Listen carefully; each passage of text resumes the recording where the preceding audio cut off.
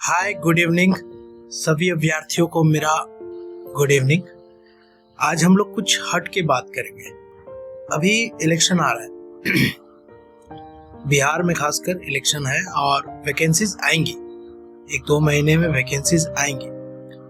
अब बात है एक स्पेशल टाइप की वैकेंसी की कि वो होते हैं contract based job by government. अब आप बोलिएगा ये क्या होता है? तो एक संविदा आधारित एक ऐसी नौकरी है जिसमें आपको टीए डीए वगैरह का लाभ, एचआरए का लाभ नहीं मिलता है, एक कंसोलिडेटेड अमाउंट मिलता है आपको। और हर विभाग में इसकी बहाली आती है और लोग इस पे काम करते हैं। एक कंसोलिडेटेड इन्हें मंथली इन्वेस्टमेंट मिलता है। तो सवाल भी बहुत सारे होंगे आपके मन में। पहला सवाल तो ये आना चाहिए कि क्या नौकरी करनी चाहिए या नहीं। दूसरा ये आना चाहिए कि क्या इसके कोई फायदे हैं, क्या इसका कोई फ्यूचर है, क्या जॉब करे या ना करे, कंफ्यूजन है। कौन सी संविदा बढ़िया है, कौन सी बेकार है, कहाँ कहाँ संविदा है, कहाँ कहाँ जॉब मिलेंगे। तो भाई सबसे पहले ये बता दूं कि आप जहां भी नजर घुमाइएगा, जहां भी आप जहां पे भी रहते हैं आसपास में देख लीजिए, चाहे वो ब्लॉक ऑफिस हो, चाहे डिस्ट्रिक्ट ऑफिस हो, चाहे स्टेट ऑफिस हो, विभाग में शिक्षा विभाग, स्वास्थ्य विभाग, गृह विभाग, बिल्डिंग कंस्ट्रक्शन, एडमिनिस्ट्रेशन, कहीं भी रहे आपको संविदा वाले मिल जाएंगे, क्योंकि हर एक डिपार्टमेंट में संविदा बसा हुआ है। बिना संविदा के नौकरी मिल ही नहीं रही आजकल। अब इसके फायदे क्या है? कोई बोलेगा कि फायदा क्या है। इससे पहले मैंने एक वीडियो बनाया है आपके लिए। सहरसा पॉलिटेक्निक में गेस्ट फैकल्टी के रूप में लैब असिस्टेंट और इंस्ट्रक्टर का वैकेंसी आया है, तो उसके लिए हमने उसका वीडियो बनाया है।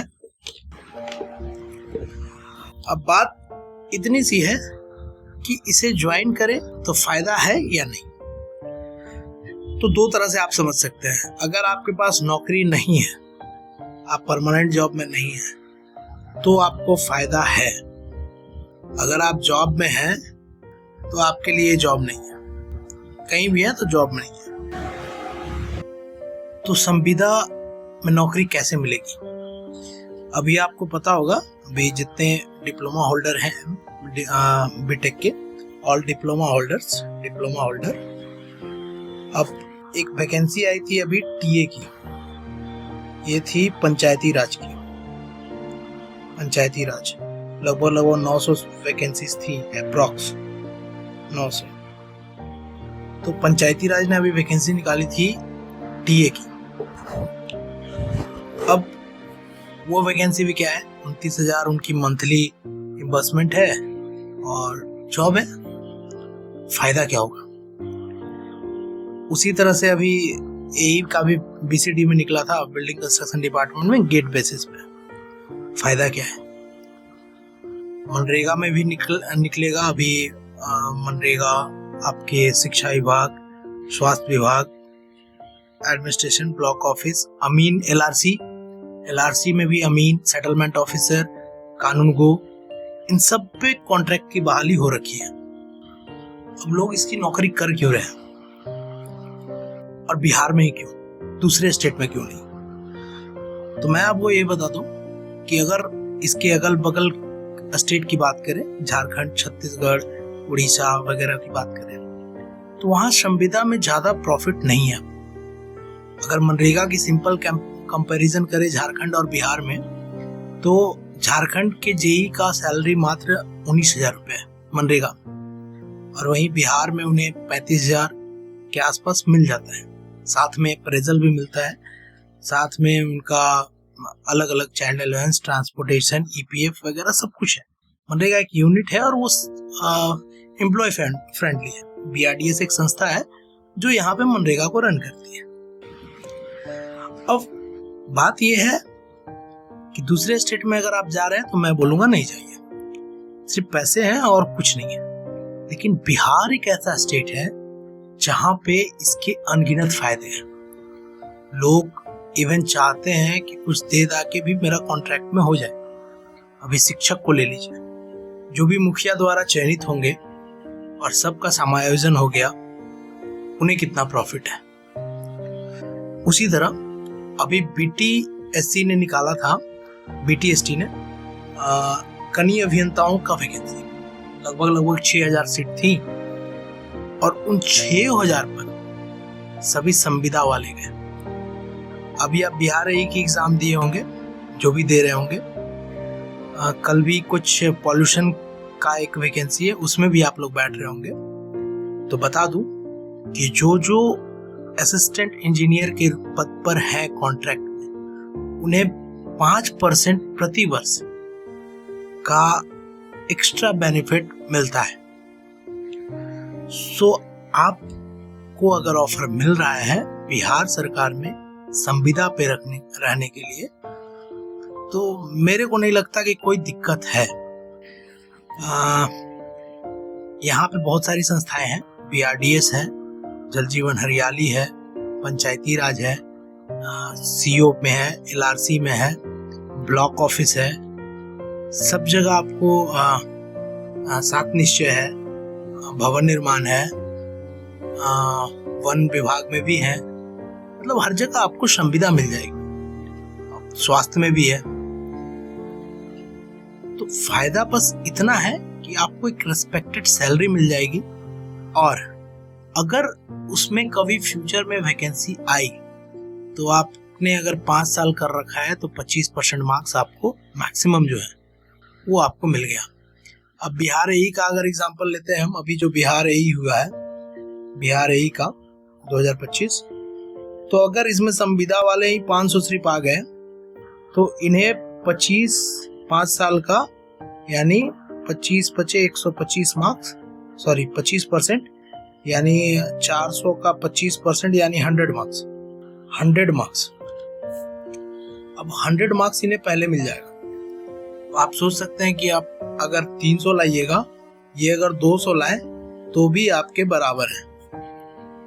तो फायदा यही है, लेकिन फायदा और भी है।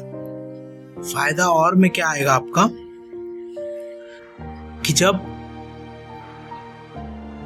किसी का भी, जैसे अभी 8th पे लगने वाला है, 8th पे कमीशन लगने वाला है सेंट्रल में, तो मैक्सिमम जगह, मैक्सिमम डिपार्टमेंट में सैलरी रिवीजन की प्रोसेस चालू हुई है। सैलरी रिवीजन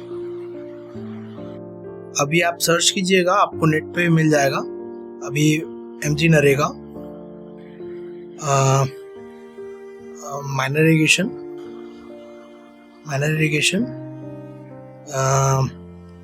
यहाँ पे एक आपका स्वच्छता एलएसबी है, सबका सैलरी रिवीजन के लिए फाइल भर चुका है। तो आप ये मत समझिए कि आपकी सैलरी वही रह जाएगी, वक्त पर ये चीज होते रहता है।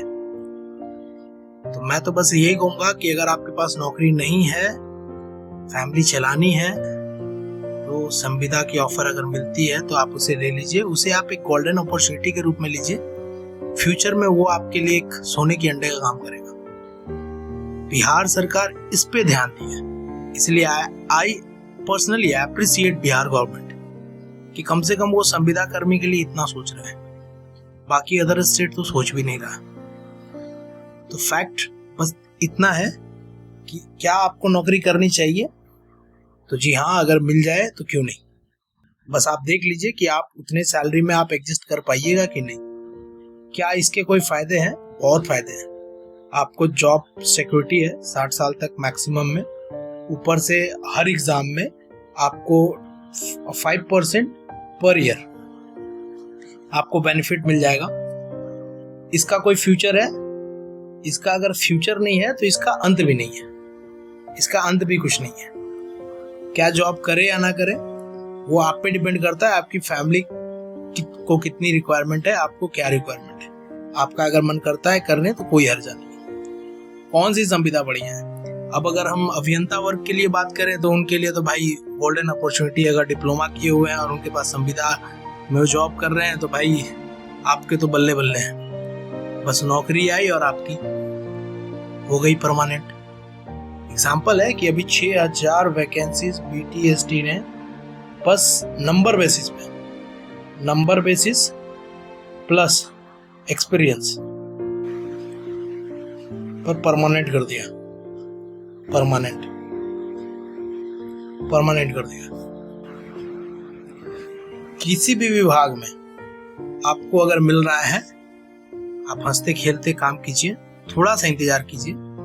अगर आपकी अच्छी जगह हो रही है तो आप जाहिर सी बात है उसी में जाइए, लेकिन अगर कुछ नहीं हो रहा तो संविदा भी आपकी खराब नहीं है, खासकर बिहार गवर्नमेंट में। I am not saying any other state, I am saying only for Bihar. Example में अगर लीजिएगा जीविका, वन ऑफ द ग्रोइंग जो आपका है वो जीविका है बिहार में। अब इसमें 60 इयर्स पहले से ही फिक्स्ड है, आप ज्वाइन कीजिए, 60 ईयर फिक्स हो गया आपका, 60 साल तक, या आपके विरुद्ध कोई कानूनी कार्रवाई ना हो जाए, कोई बड़ा आपने घपला ना कर रखा हो, तो 60 साल से पहले कोई नहीं निकाल सकता। आप पे अगर कोई गलत कानूनी कार्रवाई कर भी रहा है तो आप अपील करने के लिए भी फ्री है। बहुत सारी संस्थाएं ऐसी हैं यहाँ पे जो आपको हर संभव देती है, आपके बच्चे की फी, आपके एजुकेशन, मैटरनिटी। और एक चीज सबसे बड़ी बात है बिहार की संविदा में कि आपको छुट्टी और सारे बेनिफिट सरकारी की जैसे ही मिलेगी, कहीं अलग से नहीं मिलने वाली आपको। मतलब ये नहीं कि आपके साथ भेदभाव होगा, अगर उन्हें 24 CL मिलता है तो आपको भी 24 CL मिलेगा, उन्हें 16 CL मिलता है आपको भी 16 CL मिलेगा। डिस्ट्रिक्ट में है same facilities. Even election commission सोच भी नहीं सकती कि बिना संविदा कर्मी को लगाए वो इलेक्शन करवा ले। It's a challenge. आप ये भी नहीं सोच सकते कि हम P1, P2, P3 presiding officers में संविदा को ना लगाए। मैक्सिमम मनरेगा PO, DPO, जो भी आपके पंचायत के हैं या CO लेवल में सेटलमेंट ऑफिसर हैं, असिस्टेंट सेटलमेंट ऑफिसर हैं, सॉरी, शिक्षा विभाग में जितने गेस्ट फैकल्टी हैं, सबको कहीं ना कहीं लगा ही देता है। और इवन मनरेगा का तो खासकर मैं देख रहा हूँ खुद से पर्सनली कि PO और JE लाइजनिंग और मजिस्ट्रेट ड्यूटी ज़्यादा करते हैं। तो आप बस इतना समझ लीजिए, संविदा कोई खराब नहीं है, बस थोड़ी सी रिक्वेस्ट ये है कि आप इसे सुप्रीम कोर्ट की जो आदेश आया है, समान काम के लिए समान वेतन, equal ways for equal work, उसको थोड़ा सा सरकार ध्यान दे दे तो कोई इसमें इशू नहीं है। भाई उन्हें तो रेगुलर पोस्ट करनी ही है, आप इसे ही रेगुलर करते जाइए धीरे धीरे, तो कोई दिक्कत क्या ही दिक्कत होगा। बस अगर एग्जाम लेके ले और पैर भी ना चले तो सबसे फर्स्ट क्लास जॉब है आपकी, आराम से नौकरी कीजिए, कोई इशू नहीं है। चलिए, यही थी कुछ आपको एक्स्ट्रा चीजें बताने के लिए, क्योंकि अभी वैकेंसीज आएंगी। अभी पंचायती राज की TA आई हुई है, मनरेगा में भी आएगी, शिक्षा विभाग में अलग अलग पॉलिटेक्निक और इंजीनियरिंग कॉलेज में गेस्ट फैकल्टी, गेस्ट लेक्चरर्स आएंगे। शिक्षा विभाग की बात करूं, फायदा कहाँ हुआ तो BPSC की आपको याद होगी पिछले साल एक असिस्टेंट प्रोफेसर लेक्चरर की बहाली आई थी। इंटरव्यू में गजब की फायदा मिला उन्हें। जो पहले से पढ़ा रहे थे उन्हीं के प्रिंसिपल, डीन वगैरह इंटरव्यू में थे। जाहिर सी बात है थोड़ी तो बायस्ड होते ही हैं। अगर आपका ही फैकल्टी रहेगा, आपके पास आया इंटरव्यू देने, आपको पता है वो अच्छे पढ़ाते हैं, तो आप बायस्ड होंगे ही। चलिए, इसी के साथ धन्यवाद। चैनल को सब्सक्राइब कीजिए, लाइक कीजिए, अलग अलग इसी तरह के अच्छे वीडियोस आपके लिए लाते रहूंगा। धन्यवाद।